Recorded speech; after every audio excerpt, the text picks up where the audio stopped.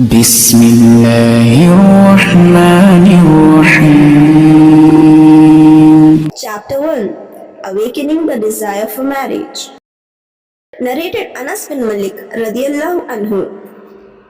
A group of three men came to the houses of the wives of the Prophet sallallahu alaihi wasallam, asking how the Prophet sallallahu alaihi wasallam worshipped Allah. And when they were informed about that, they considered their worship insufficient and said, "Where are we from the Prophet ﷺ, as his past and future sins have been forgiven?" Then one of them said, "I will offer the prayer throughout the night forever." The other said, "I will fast throughout the year and will not break my fast." The third said, "I will keep away from the women and will not marry forever." Allah's Messenger sallallahu alaihi wasallam came to them and said, "Are you the same people who said so and so? By Allah, I am more submissive to Allah and more afraid of Him than you. Yet I fast and break my fast.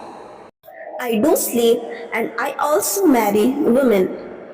So he who does not follow my tradition in religion is not from me, not one of my followers." Sahih al-Bukhari 5063.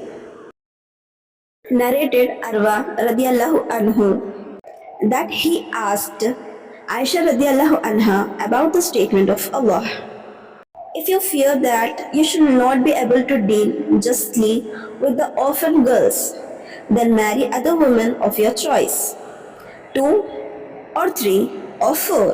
But if you fear that you shall not be able to deal justly with them, then only one or the captives that your right hand possesses. That will be nearer to prevent you from doing injustice." Aisha radiallahu anha said, "O my nephew, this verse has been revealed in connection with an orphan girl under the guardianship of her guardian, who is attracted by her wealth and beauty and intends to marry her with a meher less than what other women of her standard deserve. So such guardians have been forbidden to marry them unless they do justice to them and give them their full meher, and they are ordered to marry other women instead of them." Sahih al-Bukhari 5064.